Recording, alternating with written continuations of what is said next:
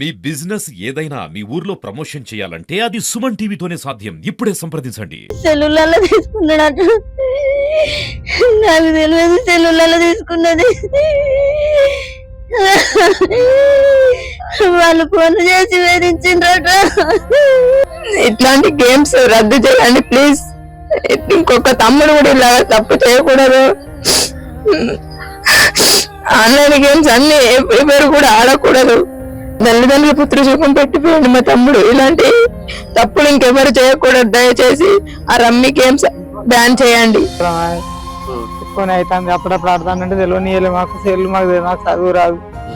బదిరాడి బెదిరించినాం. అప్పుల పరైందని తెలిసిన వాళ్ళు చెప్తే తీసుకొచ్చి అప్పులు కట్టిన. ఏం కష్టం చేసలేదు. ఏమైనా కేశపడిన కూడా దోస్తుంది ఇది ఆట ఆడు. Welcome to Suman TV. Cyber నేరగాళ్ల ఆగడాలు శృతిమించిపోతున్నాయి. ఎక్కడొక దగ్గర మనం ప్రతిరోజు వార్తాపత్రికలలో టీవీలలో చూస్తూ ఉన్నాము. లక్షల రూపాయలు నష్టపోయారు, అలాగే అవమాన భారంతో ఆత్మహత్యలు చేసుకున్నారనే వార్తలు మనం వింటూ ఉన్నాము. అలాగే ప్రభుత్వం నుంచి కానివ్వండి, పోలీస్ డిపార్ట్మెంట్ వారు కానివ్వండి, ఇలాంటి హెచ్చరికలు చేస్తున్నా కూడా యువత ఇట్లాంటి ఉచ్చులో పడుతున్నారు, ఇబ్బందుల పాలవుతున్నారు.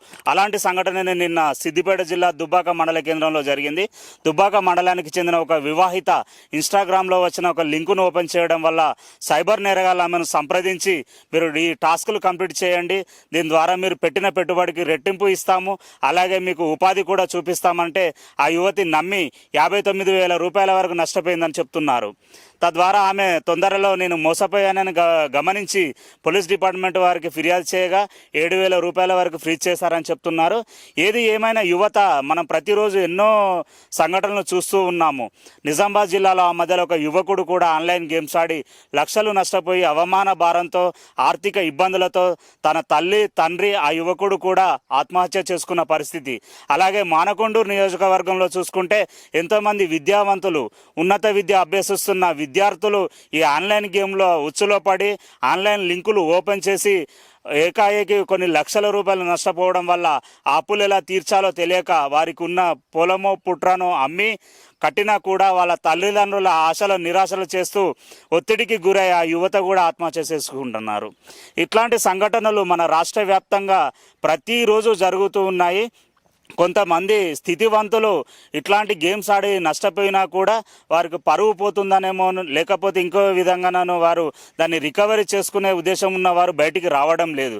ఎంతోమంది మనకు మధ్యతరగతి విద్యార్థులు అలాగే యువత ఈ ఉచితంగా డబ్బులు వస్తాయని, లేకపోతే మనం కష్టపడకుండా డబ్బులు వస్తాయని ఆన్లైన్ గేమ్స్ ఆడడం, అలాగే లింకులు ఓపెన్ చేయడం ద్వారా తొందరగా మనం ధనవంతులు అవుతున్నామని ఒక వెర్రి భ్రమలో ఈ యొక్క సైబర్ నేరగాళ్ళు పంపించిన ఉచ్చులో వాళ్ళు పడి వారి యొక్క జీవితాలను కూడా నాశనం చేసుకొని జీవితాలను కూడా త్యాగం చేసే పరిస్థితి కూడా ఉంది.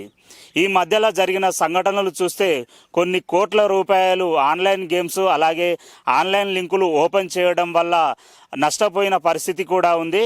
కొంతమంది ఉద్యోగులే ఈ యొక్క ఆన్లైన్ గేమ్స్ ఆన్లైన్ లింకులు ఓపెన్ చేసి లక్షలు నష్టపోయి అవి ఎలా తీర్చాలో తెలియక వాళ్ళ కుటుంబంతో సహా ఆత్మహత్య చేసుకున్న పరిస్థితులు కూడా చూస్తున్నాం. డబ్బులు ఎవరికి ఊరికే రావు. ఎవరైనా మనము సులభంగా డబ్బులు సంపాదిస్తామని చెప్తే వారు అబద్ధమైనా చెప్పుండాలి, లేకపోతే మిమ్మల్ని మోసం అయినా చేయడానికి వారు ఈ యొక్క విషయం చెప్పుండాలి, లేకపోతే వారికి మతి భ్రమించైనా ఉండాలి. అలాంటి మతి భ్రమించిన వారి మాటలు పట్టుకొని మీరు ఈ ఆన్లైన్ గేమ్స్ ఆడడం, లింకులు ఓపెన్ చేయడం వల్ల మీ కుటుంబాలను ఇబ్బందులకు గురి చేసే అవకాశం ఉంది. అలాగే ఆ లింకు మీ మెడకు ఊరిపాశమై చుట్టుకొని మీ ప్రాణం తీసేదాకా కూడా వదలకపోవచ్చు. కాబట్టి తస్మాత్ జాగ్రత్త. యువత ఇకనైనా మేలుకోండి. ప్రభుత్వము, పోలీసు శాఖ ఎంతవరకు కూడా ఈ ఆన్లైన్ గేమ్స్ ఆడకండి, లింకులు ఓపెన్ చేయకండి. ఫోన్లో మనకు టెక్నాలజీ పరంగా ఫోన్లో ఏదైనా లింకులు పంపించి అలాగే అనుమానితులు మనకు సంబంధం లేని వ్యక్తులు ఫోన్ చేసి మాట్లాడినా కూడా మీ వివరాలు దయచేసి ఎట్టి పరిస్థితుల్లో చెప్పవద్దని కోరుకుంటున్నాము. ప్రతి ఒక్కరూ వాడే ఫోన్లో కూడా ఇప్పుడు డైలర్ టోన్ వస్తుంది. ప్రభుత్వం నుంచి హెచ్చరిక ఇది. సైబర్ నేరగాళ్ళు వాళ్ళు పంపించే లింకులు ఓపెన్ చేయకండి, అలాగే అనుమానితులతో మీ వివరాలు చెప్పకండి, ఈ ఆన్లైన్ గేమ్స్ ఆడకండి అని ప్రభుత్వం కూడా చెప్తుంది. అయినా కూడా యువత పెడచెవిన పెడుతున్నారు. వీరు సైబర్ దొంగలు అనేవారు మనకు గతంలో చూసుకుంటే దొంగలంటే వారు దాడి చేసి మన దగ్గర ఉన్న వస్తువులను లాక్కెళ్ళేవారు. కానీ ఈ సైబర్ నేరగాలు మన బ్యాంకులో ఉన్న డబ్బులను కొన్ని క్షణాలలో వారు వేరే దేశంలో ఉండవచ్చు, అలాగే మన ఇండియాలో కూడా ఏ మూలనో ఉండవచ్చు. కానీ కొన్ని క్షణాలలో మీ యొక్క బ్యాంక్ అకౌంట్లో ఉన్న లక్షల రూపాయలు కూడా వాళ్ళు దోసుకుంటున్నారు.